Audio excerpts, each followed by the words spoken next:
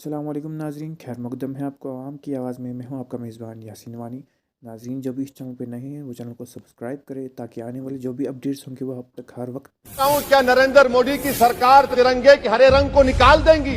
क्या हरा रंग मुसलमानों का है? क्या नरेंद्र मोदी की सरकार खरबूजे पर पाबंदी आयद कर देगी और देश की जनता से कहेगी कि नागपुर में आपके हेड ऑफिस में उगा हुआ सिर्फ संतरा खाया जाएगा? ये इनकी मोहब्बत है अक़लियतों से और मुसलमानों से। सर, क्या ये बात सच नहीं है कि आपने माइनॉरिटी के बजट को 40% कम कर दिया, स्कॉलरशिप के पैसों में 560 करोड़ रुपए कम कर दिए? ये आपकी मोहब्बत है जो नफरत की निशानी बनती है। नरेंद्र मोदी की सरकार ये नहीं चाहती कि अक़लियत और मुसलमानों के बच्चे तालीम याफ्ता होकर इस देश को मजबूत करें। वो उनको हमेशा गुर्बत और नाइंसाफी का शिकार बनाकर रखना चाहती है। ये जो 28 लोगों की लिस्ट है जो देश का पैसा खाकर भाग चुके हैं या बैठे हुए, उसमें कोई मुगलों का नाम है क्या? कोई मुगलों का नाम नहीं है, मगर आप उस पर कुछ नहीं बोलेंगे। बरसर इक़्तिदार जमात से जानना चाहूंगा, क्या ये सच नहीं है, क्या ये सच नहीं है कि आप ही के आदादो शुमार 75वां NSS का डेटा ये कहता है कि 25% मुस्लिम बच्चे पैसों की गुर्बत की वजह से तालीम से ड्रॉप आउट हो जाते हैं? क्या ये सच नहीं है कि 7 साल से ऊपर जो बच्चों का खवानगी का तनासुब है तमाम मज़ाहिब में सबसे कम मुसलमानों का है? क्या ये सच नहीं है कि ग्रॉस अटेंडेंस रेशियो तमाम मज़ाहिब का सबसे कम मुसलमानों का है? क्या ये सच नहीं है कि सबसे कम एनरोलमेंट जो होता है वो मुसलमानों का है? क्या ये सच नहीं है कि AISHE की रिपोर्ट ये कहती है कि हायर एजुकेशन में मुसलमान का तनासुब 5% से 4% पर आ चुका है? और ये सरकार इन तमाम आदादो शुमार को देखते हुए, इनके आदादो शुमार को सामने रखते हुए सदर जमहूरिया के खुतबे में लफ्ज अक़लियत का, माइनॉरिटी का जिक्र भी नहीं किया गया, जो भारत की आबादी का 19% का हिस्सा है। सर, दूसरी बात इसमें यह है कि आज अक़लियतों को मुसलमानों के ताल्लुक से कोई महीना ऐसा नहीं जाता जहां पर उनको जान से मारने की धमकी नहीं दी जाती। बरसर इक़्तिदार जमात की एक MP साहिबा ने कहा कि चाकुओं को सिर्फ तरकारी के लिए इस्तेमाल मत करो, गर्दनें काटने के लिए इस्तेमाल करो। बरसर इक़्तिदार जमात के एक MP ने दिल्ली में कहा कि मुसलमानों का समाजी बायकॉट करो। बरसर इक़्तिदार जमात ने गुलबर्गा के रेलवे स्टेशन को हरा रंग किया गया था, उसको ये कहकर तब्दील कर दिया कि मुसलमानों का रंग है। सर, मैं पूछना चाहता हूं, क्या सर नारी शक्ति की आप बात करते हैं तो बिल्किस बानो अगर मुसलमान नहीं होती तो बिल्किस बानो को इंसाफ मिल जाता। 20 साल से बिल्किस बानो लड़ रही है मगर उसका नाम बिल्किस बानो है। आप इंसाफ नहीं करना चाहते बिल्किस बानो से।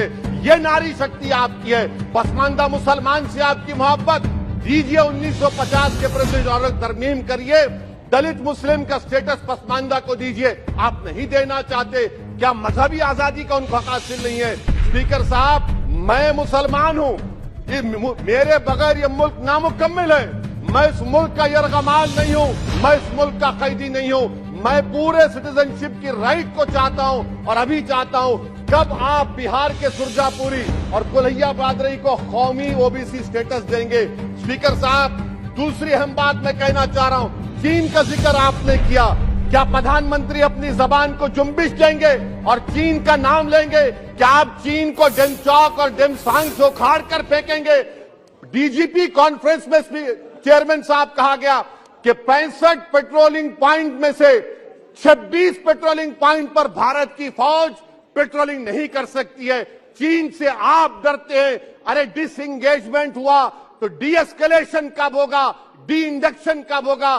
चीन से आप डरते हैं। 3 साल से चेयरमैन साहब 50,000 भारत की फौज हजारों फीट चोटियों पर बर्फ में खड़ी हुई है। देश के प्रधानमंत्री को क्या भारत की आवाम पर भरोसा नहीं है, भारत की फौज पर भरोसा नहीं है? अरे चीन का नाम लीजिए वजीर आजम, डरिए मत चीन से। तीसरी पॉइंट सर, हमारे कानून के मंत्री चले गए, पैराग्राफ 79 और 82 में बेसिक स्ट्रक्चर पर, आईनी ओहदों पर बैठे हुए लोग बेसिक स्ट्रक्चर पर तनकीद करते हैं। लॉ मिनिस्टर कॉलेजियम पर तनकीद करते हैं। इस ऐवान में जब एनजेसी का बिल आया, मैं वाहिद एमपी था, अब याद होगा आपको, जो मैंने कहा था कि भारत के संविधान के खिलाफ होगा, बेसिक स्ट्रक्चर के। इंदिरा गांधी से सबक हासिल करना चाहिए। इंदिरा गांधी कहती थी कि जुडिशियरी मेरी पाबंद होना, अब नरेंद्र मोदी कहते हैं कि जुडिशियरी मेरी वफादार होना।